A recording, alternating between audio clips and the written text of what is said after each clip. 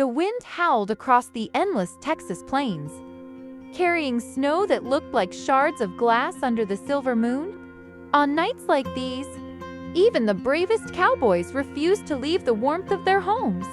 But Jake Morrison wasn't like most men. Jake, tall, rugged, with a jaw carved by the wind itself, was the owner of Morrison Ranch, one of the largest ranches in the region. Wealth had never changed him.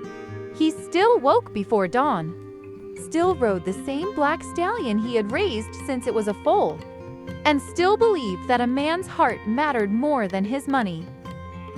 That night, as the storm grew harsher, something tugged at his instincts. His cattle were restless, and he didn't like the way the wind sounded like it carried a warning. So he saddled up Midnight and rode into the blizzard. As he rode deeper into the whitened fields, Midnight suddenly stopped, pawing the ground nervously. "What is it, boy?" Jake murmured. Then he saw her, a small figure lying half buried in the snow, unmoving, fragile, like a fallen bird. Jake leaped off his horse, heart punching against his ribs. When he turned the figure over, a young woman's face appeared, trembling eyelashes coated in frost. She was still breathing, barely. Hey, stay with me," Jake said urgently. Her lips tried to move. "My car crashed. I'm a nurse. I tried to walk, lost the road." Jake didn't waste another second. He wrapped her in his thick jacket, lifted her into his arms, and pressed her close against his chest. "You're safe now. I'm getting you out of here," he whispered, more to reassure himself than her. The ride back was a battle between life and death. Snow slapped against Jake's face, freezing his eyelashes, numbing his fingers. Midnight galloped through drifts as tall as his knees. Jake kept checking the girl's pulse with shaking hands. Every weak beat gave him hope. Every silence terrified him. By the time they reached the ranch, Jake kicked open the door with his shoulder. Maria, the housekeeper, gasped. "Dear heavens! Jake, what happened?" "No time," he said. "Blankets. Hot water. Now." They placed the girl near the fireplace. Maria wrapped her tightly while Jake rubbed her cold hands, trying to pull her back from the edge. Hours passed, slow and heavy. Jake didn't move. He didn't blink. He felt responsible for hers if fate had placed her in his path. Finally, her breath deepened. Her cheeks regained a hint of color. Her eyelids fluttered open. Jake exhaled a breath he didn't know he'd been holding.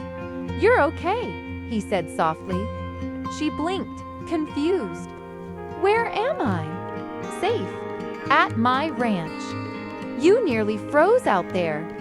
She stared at him, a tall man with snow still melting off his shoulders, worry still etched on his face. You saved my life." He shrugged lightly. Couldn't leave someone to the storm?